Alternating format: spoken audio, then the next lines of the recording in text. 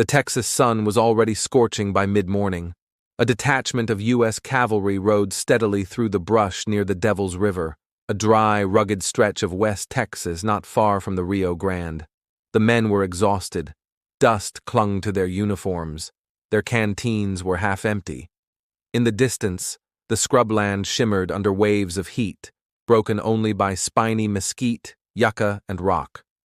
It was July 1857, and Lieutenant John Bell Hood was leading his men, 24 soldiers from Company G of the 2nd U.S. Cavalry, on a mission to chase down a group of Lipan Apache who had attacked settlers near the San Antonio-El Paso road. The orders were simple: track, engage, and retaliate. But the land they were crossing was anything but simple, and the people they were chasing knew every canyon, every waterhole, and every shadow. Just after noon, the scouts spotted movement, a flash of color against the rock. Then another. Hood raised his field glasses. They were surrounded. The Lipan Apache had set the trap perfectly. 50 warriors, maybe more, waited in the rocks above a narrow ravine where the cavalry had to pass. They were patient, silent. Armed with rifles and bows, they watched as the soldiers rode straight into the bottleneck. When the first shots rang out, 2 cavalrymen went down instantly. One horse was struck and screamed before crumpling into the dust. Chaos exploded. The soldiers dismounted quickly, returning fire with Colt revolvers and carbines. Bullets kicked up dirt and splinters from the rocks, but the Apaches were ghosts, appearing, firing, vanishing. Lieutenant Hood was struck early, an arrow to the left hand, slicing tendon and bone. He tore it out himself, wrapped the wound, and kept fighting. For hours the battle raged. Heat shimmered off the canyon walls. Smoke hung low. The air was thick with sweat, blood, and gunpowder. By late afternoon, several soldiers were wounded. The rest were running low on ammunition. But retreat wasn't an option, not without horses, and not with enemy fire pinning them down from above.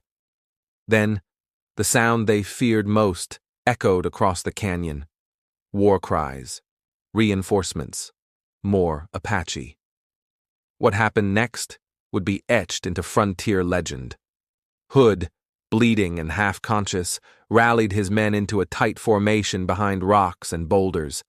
They fired in volleys, conserving their last bullets for only the closest targets.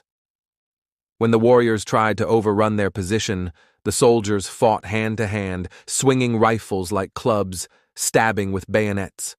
At one point, Hood, his injured hand still bleeding, mounted a wounded horse and led a charge uphill to drive the Lipan back from the ridgeline. The act was reckless, desperate, but it worked. The Apaches withdrew just long enough for the remaining cavalry to regroup. As night fell, the warriors disappeared into the brush, taking their dead with them, as was custom. The battle was over. Of the 24 U.S. soldiers, 2 were killed, and nearly every man was wounded, some critically.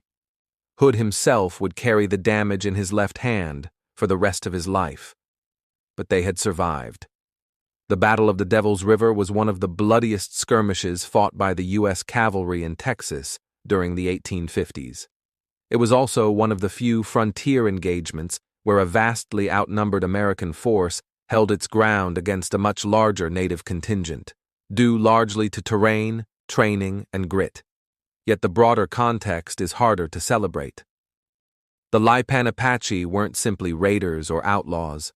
They were fighting to hold on to what little remained of their ancestral territory after years of broken promises, forced removals, and violent displacement.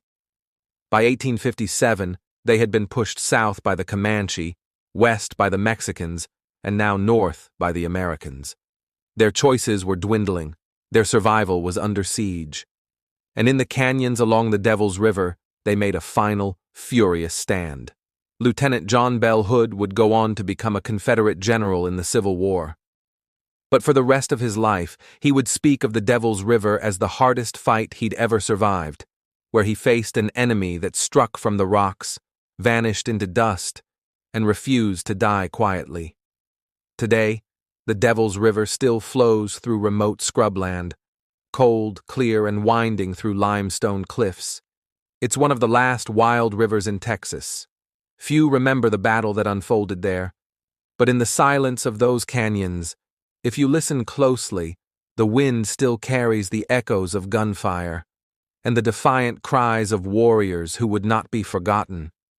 Thank you for listening to Deserted Trails. Subscribe for more forgotten stories from the old frontier.